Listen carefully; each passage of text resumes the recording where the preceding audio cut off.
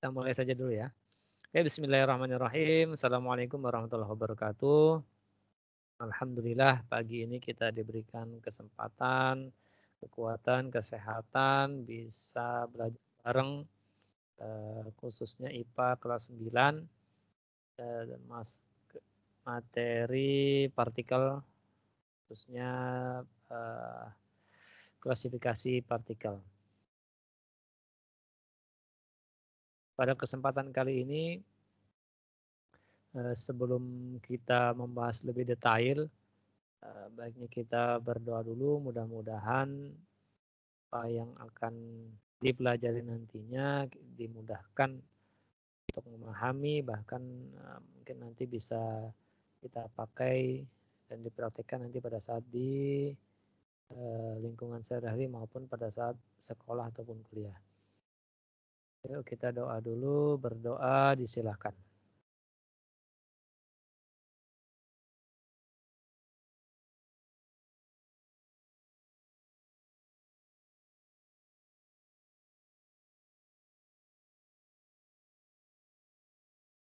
Selesai, oke, alhamdulillah.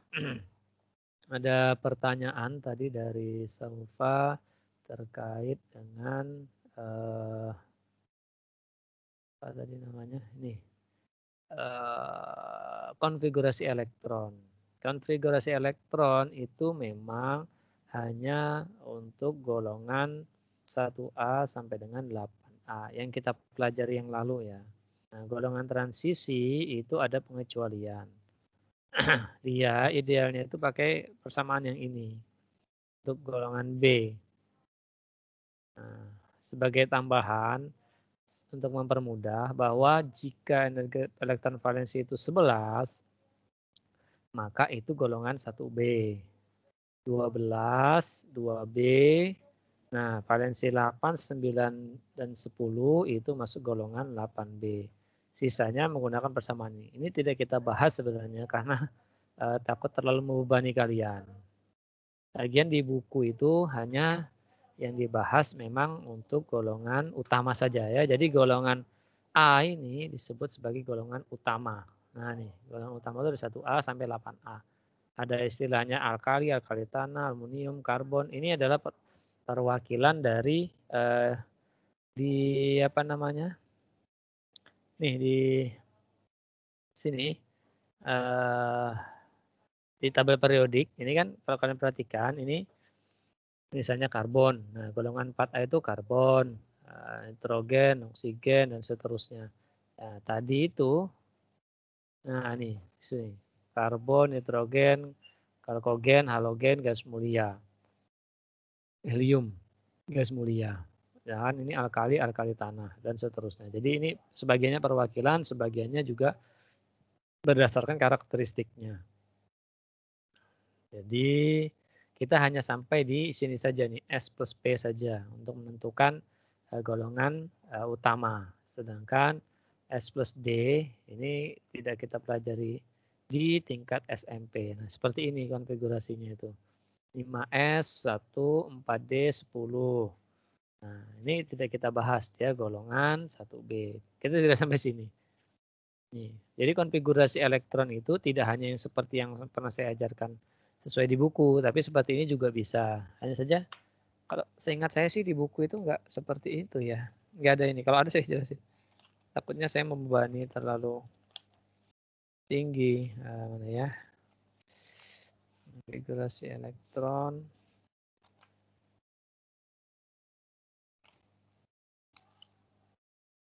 Oke. Bahkan di ini nggak ada ya. Mana ya? Contoh soal. Mana contoh soal?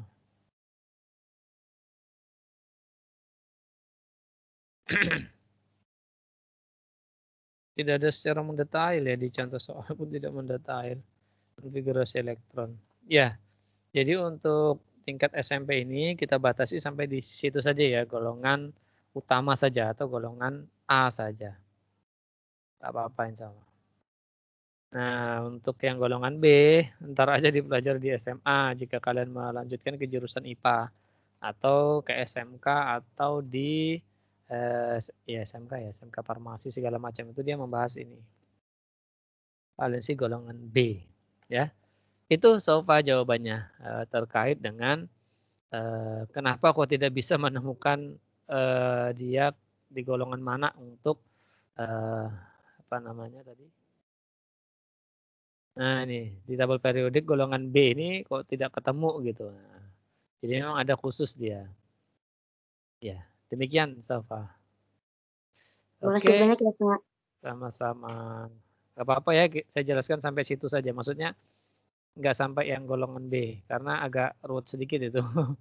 Takutnya terlalu membebani. Nah, yang ini terkait ini, sudahkah ada yang praktek mandiri di rumah? Nggak ada ya.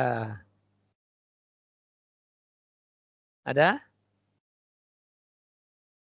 Yang buat sendiri dari garam bisa, dari gula bisa, terus kalau nggak berhasil gimana gitu kan? Oke, kita lanjut saja ya. Yang lalu itu sampai di sini kalau nggak salah. Titik beku sudah ya. Titik leleh. Nah ini terakhir di sini kalau nggak salah. Sampai di sini titik leleh. Artinya jika benda ini atau zat ini dipanaskan misalkan air sampai 0 derajat, dia titik leleh atau istilahnya titik uap ya. Dia mulai berubah menjadi titik leleh dari es batu, dari air bentuk padat, dia meleleh menjadi cair itu pada suhu 0. Itu maksudnya ya titik leleh. Airnya kan bisa jadi padat, bisa jadi cair, bisa jadi gas, air. Air pada posisi menjadi es, menjadi padat, itu dilelehkan pada suhu 0. Air raksa, itu juga kalau bentuknya padat, itu pada suhu minus 39 dia bisa mulai mencair, dan seterusnya. Alkohol dan seterusnya. Nah ini alkohol ini kenapa dia digunakan untuk termometer? Karena dia titik lelehnya itu lebih rendah dibandingkan raksa. Kalau yang ada di laboratorium itu pada umumnya menggunakan raksa. Raksa ini dia cocok untuk yang titik didih tinggi. Sampai 100. Nah kalau alkohol dia nggak cocok karena nggak sampai 100 dia udah didih.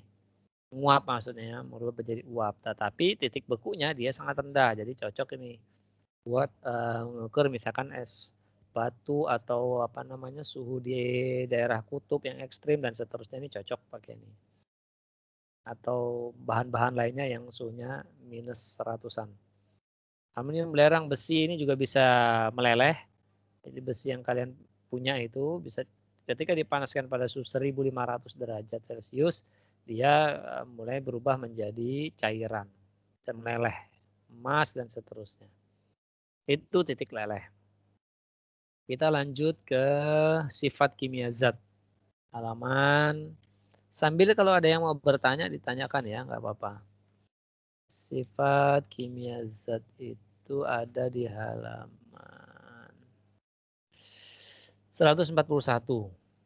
Yang pertama adalah kestabilan. Apa itu sifat fisika? Sifat kimia yaitu sifat yang tampak suatu zat ketika zat tersebut mengalami perubahan atau reaksi menjadi zat lain. Nah ini tidak bisa diamati secara kasat mata atau didiamkan, ditengok saja nggak bisa. Maksudnya misalnya ya kaca sifat kimianya kita nggak bisa kecuali kita reaksikan dia dengan sesuatu. Nah, kayu sifat kimianya gimana? Nah, harus kita reaksikan dengan sesuatu.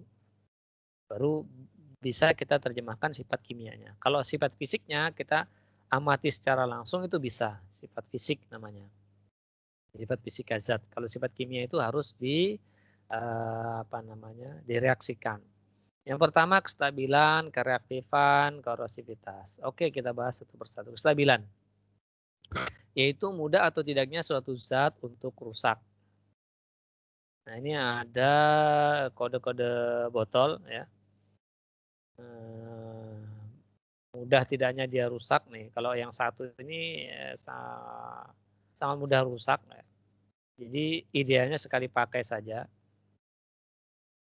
Dia tidak direkomendasikan untuk reuse ya, karena recycle, didaur ulang. Tapi kalau yang ini nomor 5 itu bisa di reuse, apalagi kalau yang memiliki logo seperti ini. Nah, ini juga bisa reuse. Bio-based plastik botol. Jadi berdasarkan apa namanya? Bukan dari benda mati dia ya, dari benda bukan juga hidup ya. Bahan organik lah. Nah, organik. Bisa di reuse. Kalau yang lainnya kan plastik semua. Polyethylene ini bahan-bahan kimia. Yang mana jika ini kita gunakan berkali-kali, dia bisa terkikis bahan kimia yang ada di bagian dalamnya ini nanti bercampur dengan cairan di dalamnya. Kalau yang 5 ini lebih tahan, walaupun tidak untuk selamanya ya. Jadi ketika mengalami kerusakan sedikit, nah sebaiknya sudah tidak digunakan lagi. Atau ketika ada cacat misalnya penyok kah atau apakah itu tidak disarankan digunakan lagi. Karena apalagi sampai terkelupas gitu ya, nah itu tidak disarankan. Mudah tidaknya suatu zat untuk rusak itu kestabilan. Kereaktifan, mudah atau tidaknya suatu zat untuk bereaksi dengan zat lain. Nah, ini yang saya sampaikan tadi. Di buku itu ada gambar karbit. Tahu karbit? Pasti nggak ada yang tahu nih. Oh, mungkin ada ya. Salah satunya mungkin ada yang tahu. Coba ya saya cek kehadirannya. Raga, tahu karbit? Adel, Aldo, pernah lihat karbit? Tuh, kok hilang? Siapa tadi saya panggil tadi? Raga tadi hilang. Destia Salwa. Kayaknya saya tidak asing sama nama Destia nih. Destia Salwa, Diki pernah. Kalau Diki mungkin pernah tahu. Kalau oh nggak tahu juga. Siapa yang tahu karbit ya?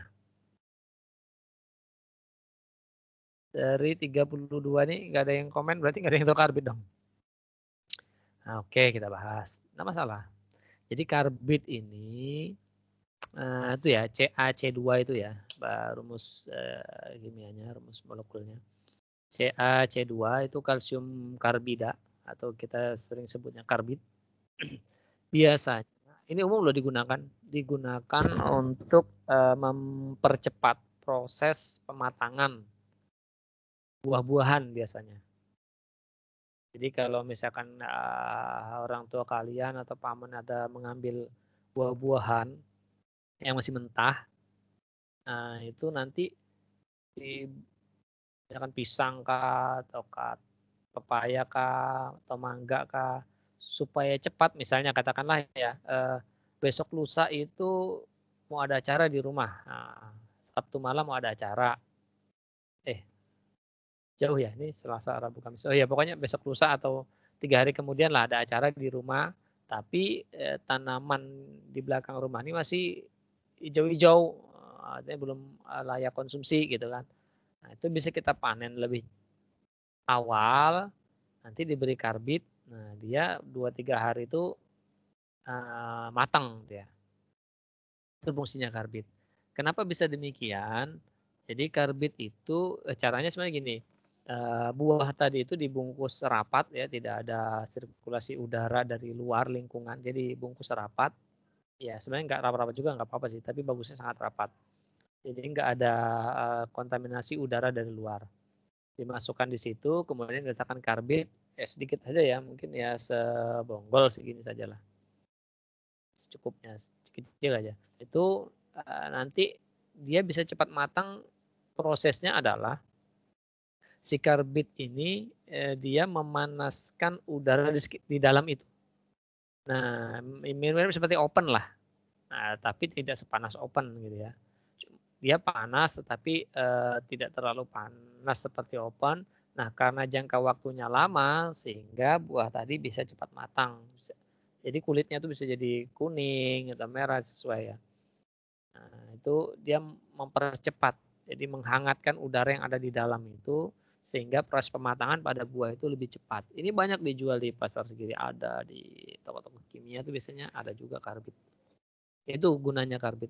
Kalau kalian pernah dengar leduman yang dari bambu yang bisa meledak itu, leduman kalau bahasa sini bilangnya. Nah itu juga pakai karbit. Kasih air sedikit, dipancing dengan api, nanti menghasilkan ledakan. Menghasilkan gas yang bisa bunyi lah, jadi ada bambu panjang gitu leduman. Coba kita cek gambar. Kayak gini loh, saya cuma cerita doang, nanti takutnya kalian nggak ngeh.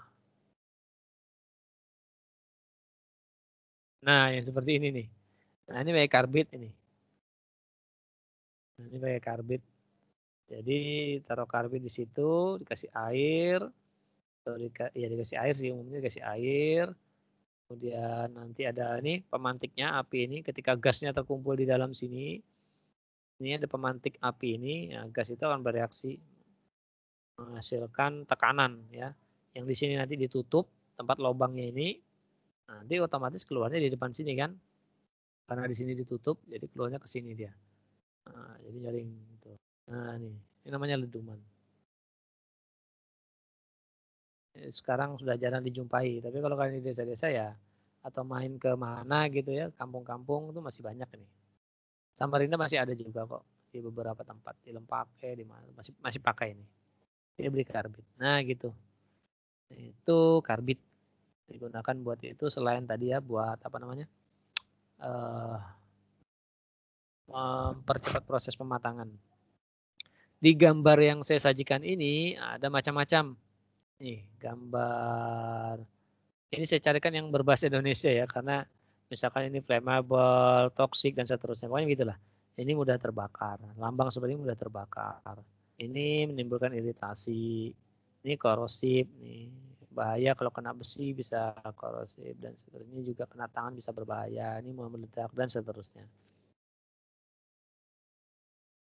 Ini kereaktifan. Nanti jika ada yang tanya langsung nggak apa-apa ya, dipotong nggak apa-apa saya. Oke, lanjut ke korosivitas. Korosif. Nah, ini tadi ya. Tadi kita bahas nih di sebelumnya nih. Nah, ini korosif. Apa sih korosivitas itu? Korosivitas yaitu mudah atau tidaknya suatu zat untuk berkarat. Di halaman 143 buku paket.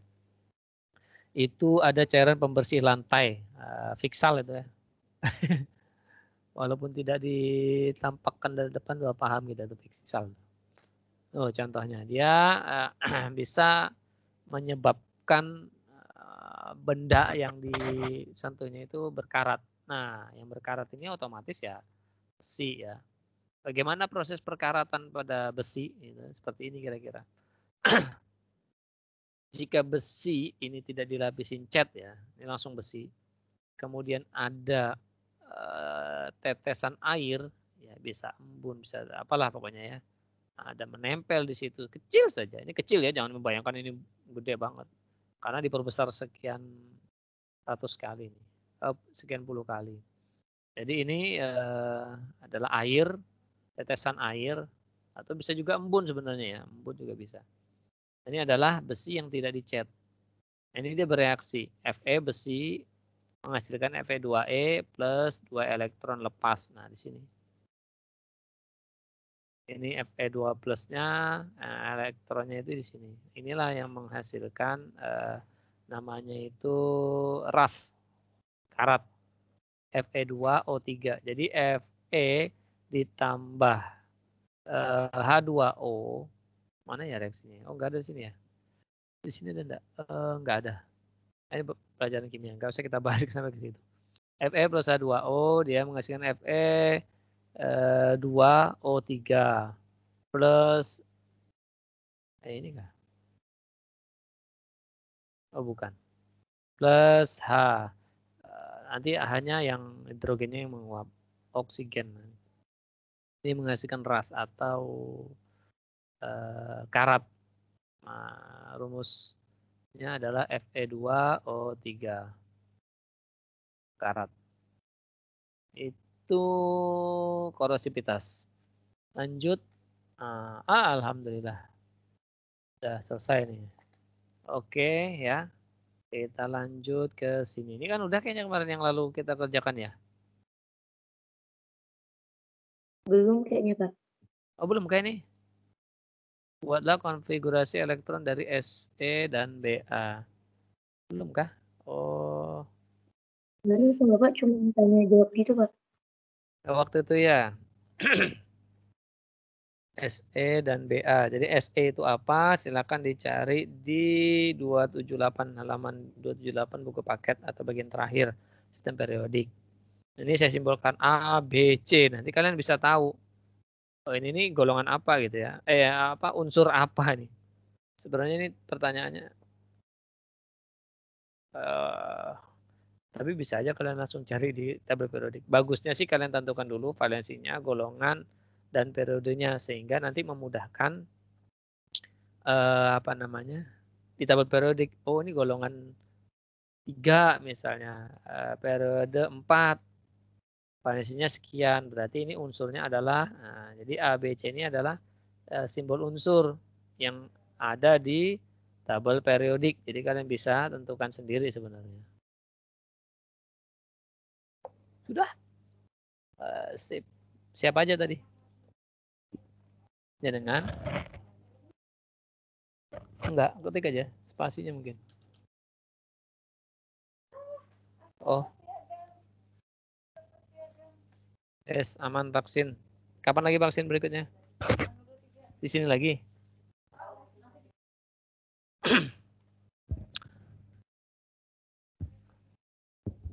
Kenapa? Ini kabel nah. Ini ada kabel. Oh, selang. Pakai selangnya Pak Mansur di belakang. Ada.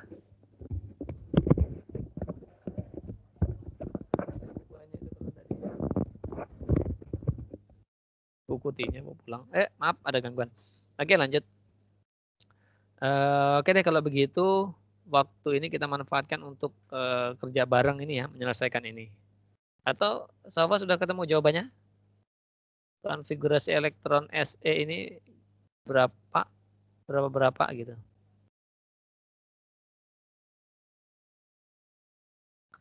Atau gini ya, kita main game lah ya. Nah, ini ada game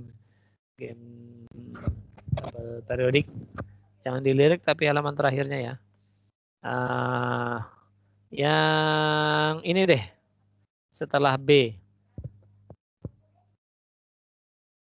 Ini unsur apa ini?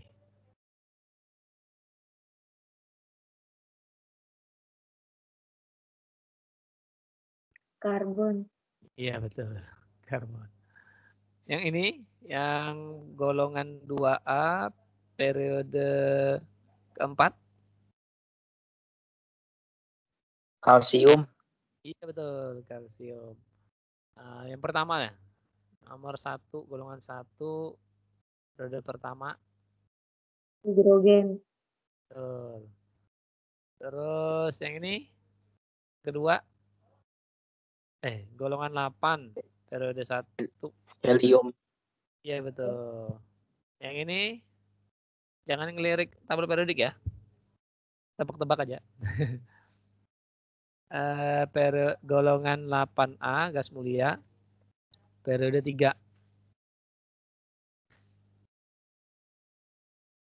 Ayo, ada yang tahu? Argon, Kakak. Iya, betul. Argon, hebat deh. Ini di bawahnya nih. Golongan 1A, periode 2. Ayo. Litium, Pak. Lithium. Ini belum nih. Ini mudah nih kayaknya nih. Golongan 6A, periode kedua. Oksigen. Ya, betul. Ayo, tertutup dia. Oksigen ini. Tertutup helium. Oh, seharusnya ini dulu tadi. Nah, oksigen, ini helium. Oh, gini tadi. Ini dulu deh. Nah, ini dulu. Golongan 1B. Periode 4. Tembaga. Iya, betul. Kaper, tembaga. Di Sini deh.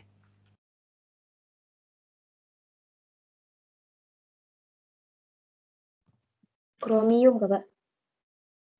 Salah, besi. Ah?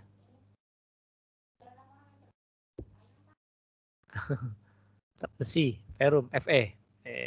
Tadi apa jawabannya tadi? Kromium. Kromium. Oh, kromium. Bukan, Fe, besi. Iya besi. Golongan ini deh, di bawahnya Ag nih. 1B bagian periode berapa nih? 6.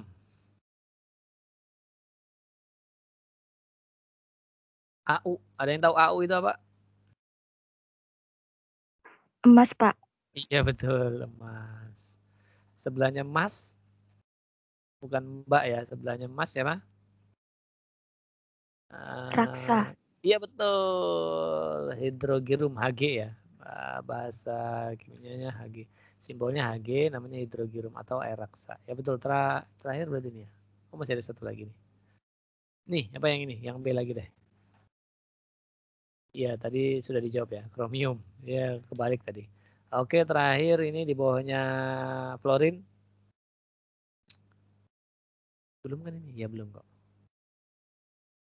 Ya, ada yang tahu? Ya. Klorin, Pak. Klorin. Iya. Oh, ini dihilangin dulu ya. Iya, betul, klorin. Nah, betul sekali klorin. Oke, sip. Lulus sudah. Oke, udah ketemu ini. SE 28. Nah, kalau SE ini boleh lirik sini ya. Nomor berapa dia? Kan kita nggak tahu. Nomor masaknya.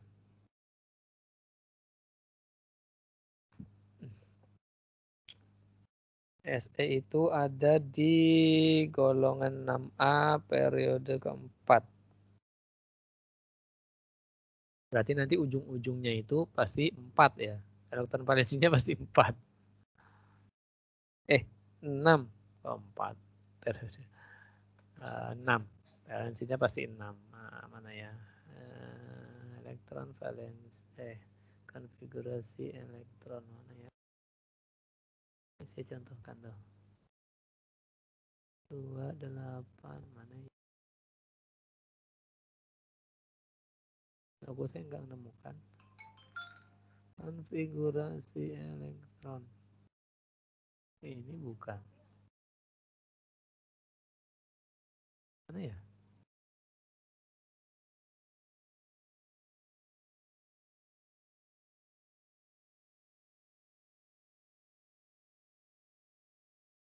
Loh, perasaan sudah saya jelaskan di mana slide-nya. Tuh, oh nggak ada.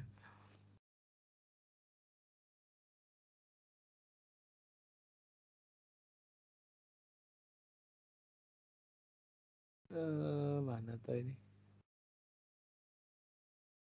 Kan sudah saya jelaskan kan ya?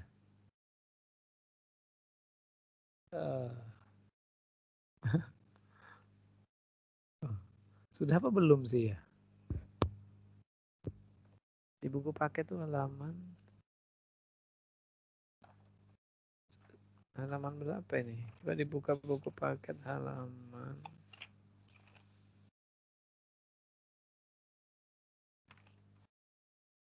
Sudah saya jelaskan tapi kok di slide saya nggak ada ya. Nah ini halaman 117 ini kan sudah saya jelaskan kan 28, 8, 2, 28, 18, 32. Sudah kan ya? Di slide saya kok nggak? Ya di slide saya nggak ada ya. Iya kelupaan saya. Waktu itu kita diskusi aja ya. Oh iya. Ya kan nggak bisa belajar ini. Harus dengarkan rekaman berarti. Oh iya nggak ada. Ya nggak ada.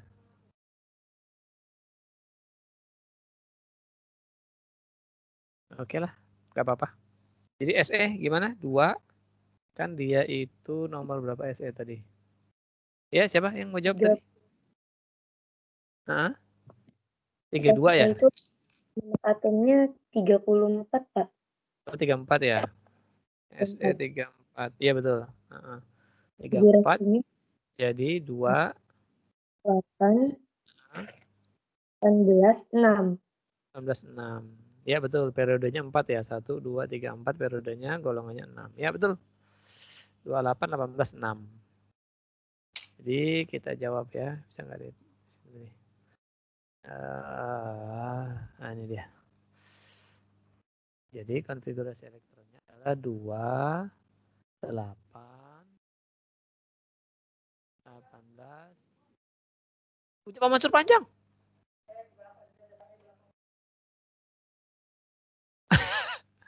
Nggak bisa disambung lah. Disambung dengan itu. Tidak ada.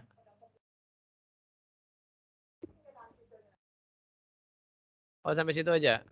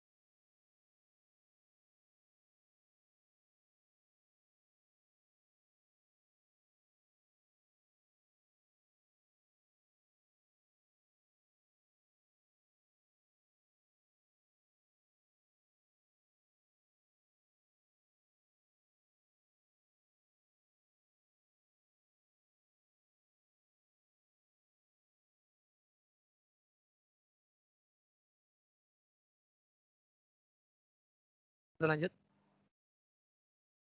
Mau pada gangguan-gangguan ya. Gak apa-apa lah. Sekali lah. Nah ini ya. Jadi jawabannya 2, 8, 18, 6. Ada yang bingung? Kalau nggak ada lanjut. Yang BA. BA itu bawa nih 56. Yuk, ada yang sudah yang ngerjain? BA? Udah, Pak. Ya, berapa? 2. 2, 8, 18, 18, 8, 2. 82. Iya, betul sekali. Ada yang mau bertanya ini? Bagaimana prosesnya?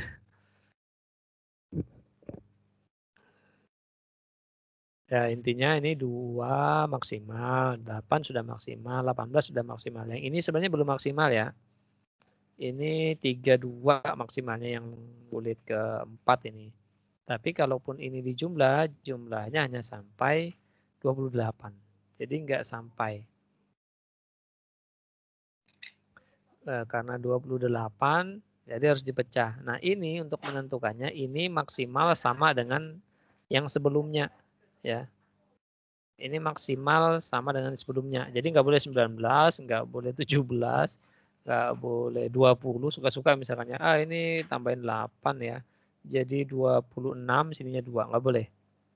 Dia maksimal, kulit maksimalnya atau disamakan dengan kulit sebelumnya. Jika nggak bisa sampai maksimal, disamakan dengan kulit sebelumnya. Lalu sisanya, nah nggak boleh juga sini 10 karena valensi maksimal 8. Sehingga dipecah lagi menjadi 8 dan 2. Ya, betul. Terima kasih yang menjawab tadi siapa ya? Sekarang ini anu sih. Nah, ini siapa tadi yang jawab tadi? Coba saya ganti share screen-nya ya. Mudah-mudahan mau. Oh iya mau sip. Nah gitu ya. Nah, jadi ini 2, 8, 18, 18, 82. Jadi ya seperti ini. Ada yang dibingungkan? Kalau nggak ada kita lanjut ke sini. Mudah-mudahan nggak ada ya. Kalau ada nggak apa-apa kita diskusi. Oke lanjut ke nomor 2. Tentukan elektron valensi, golongan, dan periode. Nah ini tadi ya. Golongan itu kita bisa lihat dari ujungnya nih. 2 berarti golongan 2. Golongan 6. Periode itu dia dari jumlah ini. 1, 2, 3, 4, 5, 6. Berarti dia periodenya ke-6. Barisnya yang ke-6. Nah ini barisnya yang ke-4. Baris ke-4 golongan ke-6. Ketemu deh unsurnya. Dia kan apa namanya? Nah gitu ketemunya. Saya ini on kan ya? Oh ya on. Oke. Nah itu menentukan golongan valensinya ini tadi. Valensinya 2. Nah, valensinya 6. Nah ini valensinya. Ini sebenarnya udah yang seperti ini udah jawaban dari ketiga pertanyaan ini. Ketika kita membuat konfigurasi elektron dari unsur-unsur ini. Nanti kita bisa menyebutkan, dicocokkan di tabel periodik. Oh, yang dia valensi sekian, golongan sekian, periode sekian itu ternyata unsur ini gitu ya. Nah, oke, ada yang sudah menjawab ini? Ya kita, oh tidak bisa diisi. Ada yang sudah menjawab? Kita jawab bersama yang ini, yuk. Sudah, Pak. Ya, gimana jawabannya? Pak? Konfigurasi bukan ya, Pak? Konfigurasinya dulu, 28. Konfigurasinya 2, 8, 18, 32, 18, 4. Ya betul. Apakah jumlahnya 82? 10, 28, 50, 60, 78, ya 82. Ya betul. Sehingga kita bisa jawab elektron valensinya adalah 4. 4. Golongannya dia di golongan 4. A ya, 4A ya, bukan B ya. 4A. Dan periodenya 1, 2, 3, 4, 5, 6. Jadi kita cek golongan 4A. Ini di bawahnya karbon ya. Periodenya 1, 2, 3, 4, 5, 6. 1, 2, 3, 4, 5, 6. Nah, berarti dia adalah timbal gitu ya. Ya kan? Ternyata dia adalah timbal. Nah, gitu kan? Jadi kita tidak perlu cek dulu 82 itu apa ya. Nah, nggak usah dulu. Ya, lihat dari valensi ini saja nanti apa namanya? Konfigurasi ini. Nah. Oke, lanjut ke yang bawahnya 55. Yuk, yang lain coba. 2. 2 ini pasti ya. 8 karena nilainya kan besar banget tuh, pasti ini. 19 terus berapa lagi? Ini udah 28, masih kurang 27 lagi.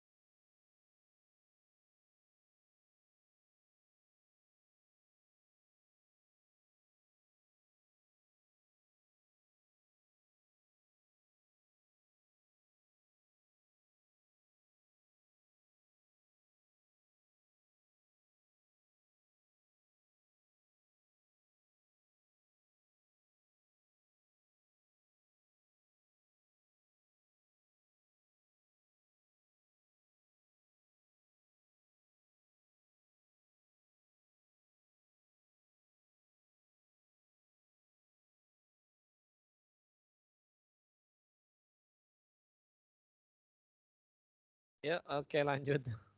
Nah, yang mana tadi? Nah, nih.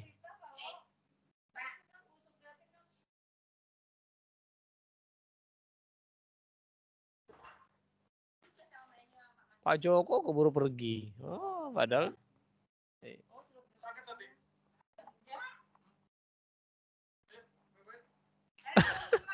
ngajar masih. Lu ngajar lu sih. Lo memang enggak ada apa-apa. Duluan aja. Ayo kita lanjut ini. 2, 8, 18. Berapa lagi? 18. Oke, 18. 8, 8, 1. 1. 1. Coba kita cek jumlahnya ya. 28, 18, 19, 27 tambah 28. Ya betul, 55. Berarti dia di golongan 1. Ya, bawahnya hidrogen ya. Periodenya tuh 2, 3, 4, 5, 6. 1, 2, 3, 4, 5, 6. CS berarti. Oke, cesium. Atau cesium biasanya di sini ya. Cesium atau cesium. Oke, top dah.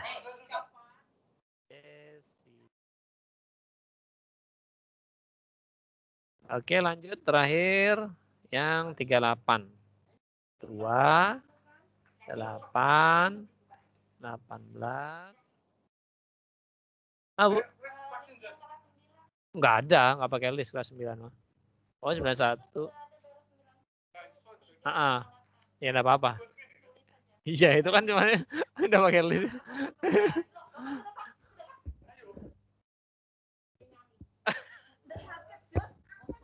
Ayo. Ini sudah berapa ini? 28 kurang 10 lagi. Berarti 8 dan 8, 2. Oke, berarti golongan di bawahnya MG ya? PE. MG berarti Ngomong. 2. Strontium. Periode 5 SR ya? Strontium ya, betul. Mantap dah. Selesai sudah. Yuk, dari sekian pembahasan kita, ada yang mau ditanyakan dulu dari awal? Tentang... Pak, saya mau bertanya, Pak. Boleh, silakan. Saya mau bertanya tentang oksidator itu, Pak, yang di kereaktifan itu, Pak. Oksidator itu apa, Pak? Mana tadi? Saya tampilkan dulu ya, Kereaktifan. Oh, ini. Yang oksidator itu apa? Ya, oke. Jadi oksidator ini adalah bahan yang mudah menghasilkan oksigen. Sehingga dia bisa juga menyebabkan proses terbakar. Nih, ini bahan yang menghasilkan oksigen. Nah, oksidator. Jadi dia itu apa ya? Oke, makasih, Pak. Jadi ya, oke, sama-sama. Jadi gini, misalnya ya, kalian ketika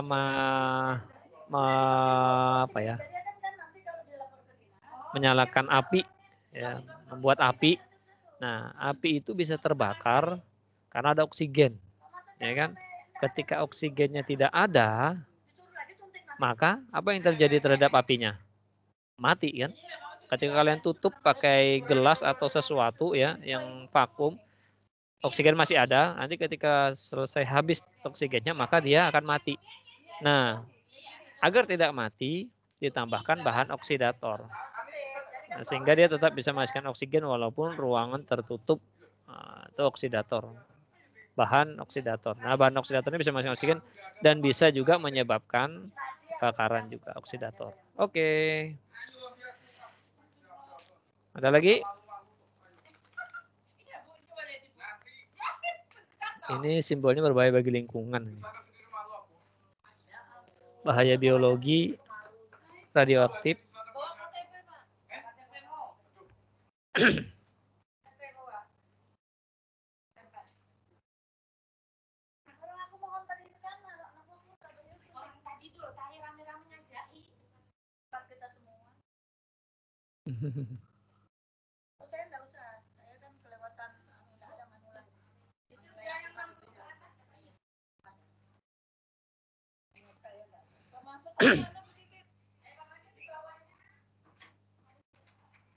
Ayo lagi, ada yang mau tanya lagi? Lanjut.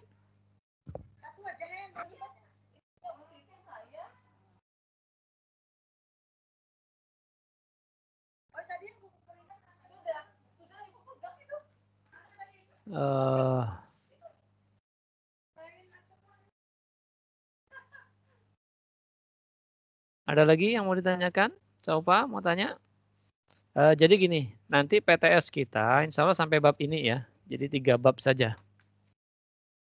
Jadi dari kemagnetan, bioteknologi, sampai dengan partikel.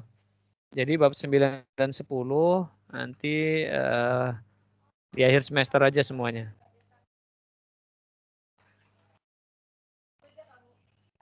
Nanti bab 10, teknologi ramah lingkungan, itu yang ngajar misalnya Bu Pradawati yang dulu, nggak tahu kalian sempat diajar Bu Prada nggak ya? Bu Prada nanti yang ngajar bab 10.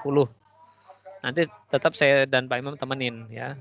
Tetap kalau ada yang kurang-kurang nanti bisa kami backup untuk bab 10.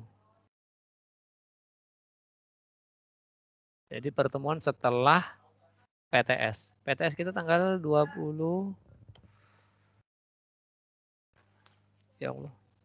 Tanggal 22 ya. Berarti minggu depan. Nah, itu kita bahas kisi-kisi ya. Insya Allah, minggu depan kita bahas kisi-kisi. Saya masuk lagi hari... Mana jadwal saya? Saya masuk lagi nanti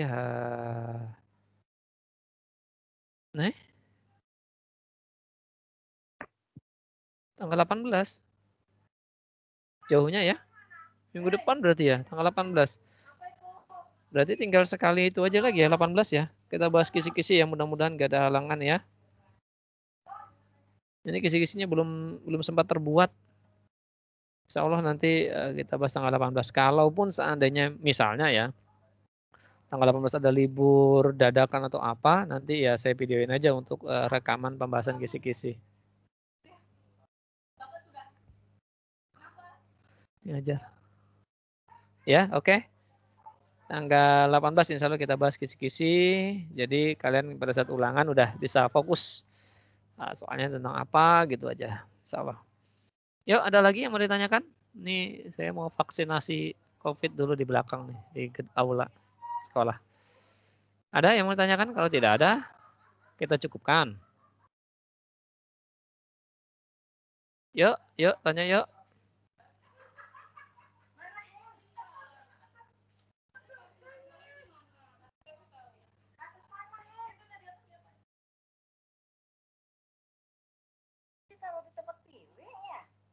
Sankingnya itu Bu nih. Ya, ada kah? Oke, kalau tidak ada, kita cukup sampai di sini ya. Nanti insya Allah kita tetap diskusi lanjut lewat grup Telegram. Jika mau ditanya, nggak apa-apa di situ bisa. Nggak usah menunggu ada pertemuan, takutnya nanti nggak ada pertemuannya. Oke, alhamdulillah pertemuan pada hari ini insya Allah sudah selesai. Bab ketiga untuk semester 2, mudah-mudahan apa yang kita pelajari bisa bermanfaat, bisa kita aplikasikan di kehidupan sehari-hari. Sebelum kita akhiri, mari kita berdoa menurut agama dan keyakinan kita masing-masing. Berdoa disilakan.